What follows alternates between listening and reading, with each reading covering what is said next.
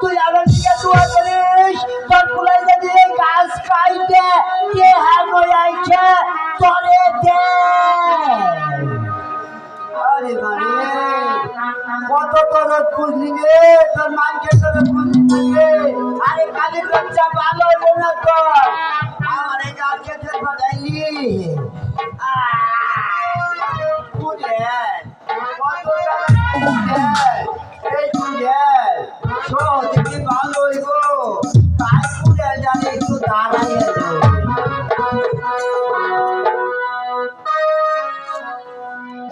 বাবা হেলার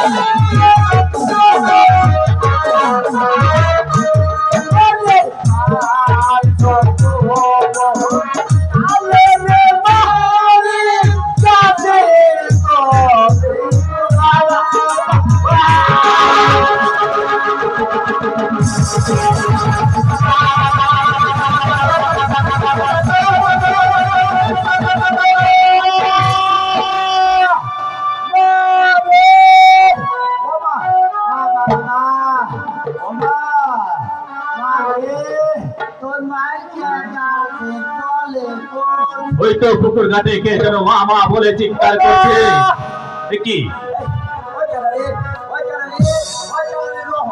কে তোমাকে বাঁচাবে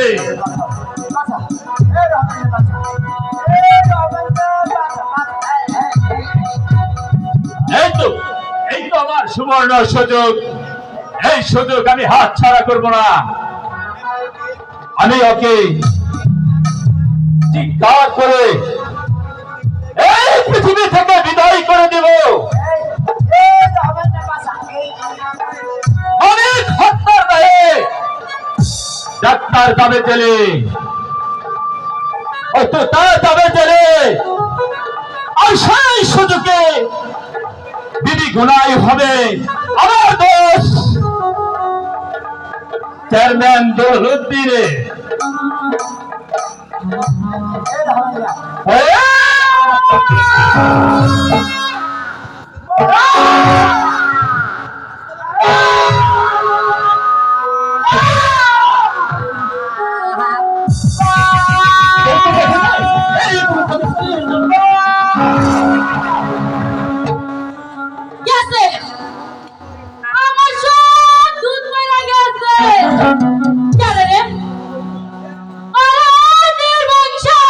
আমার 10 কেজি দুধ মাইরা গেছে দেহি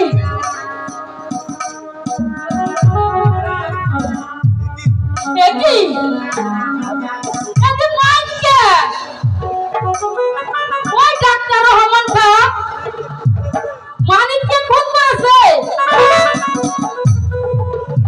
খুন খুন ওই মুহূর্তে আমি থানায় যাবো থানায় যাইয়া ওই ডাক্তারের নামে আমি মামলা করব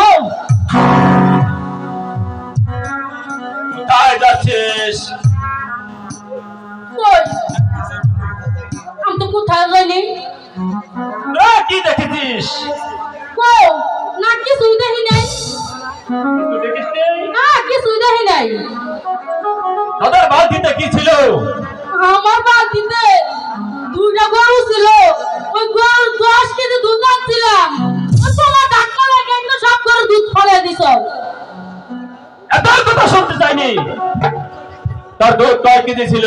আমার দুধ 10 কেজি ছিল 15.5 কেজি ঠিক আছে, তোকে আমি আধা মনের দাম দেব, চলে আমার সঙ্গে।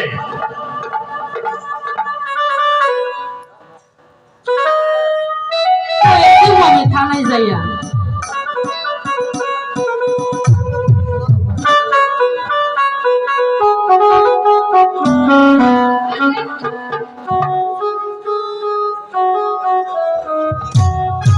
ফুল তোলা সেই ভালো লাগে না ফুল তোলা সেই ভালো লাগে না চল না দিঘির পাড়ে যাই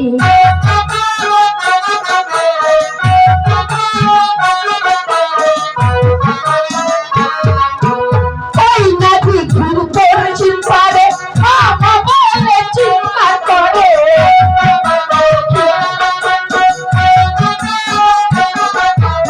এই না দিঘির পশ্চিম পাড়ে মামা বলে চিৎকার করে চল গো সখী দেখে গো আসি কান্দ কাহার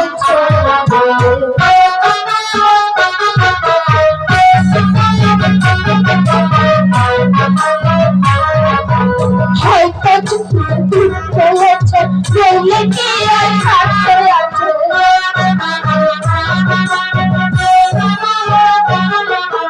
হয়তো ছেলে দুধ পেয়েছে নইলে কি আর থাকতে আছে চল গো সখী দেখে গো আসি কান্দ কাহার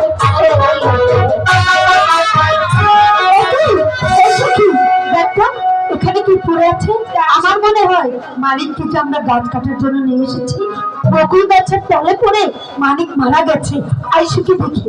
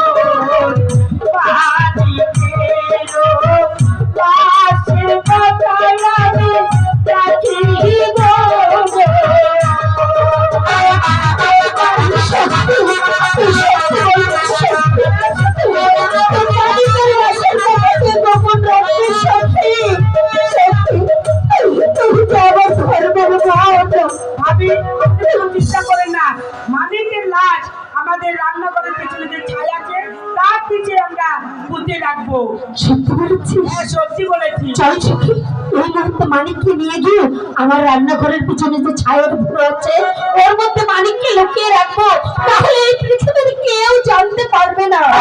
চল সখী।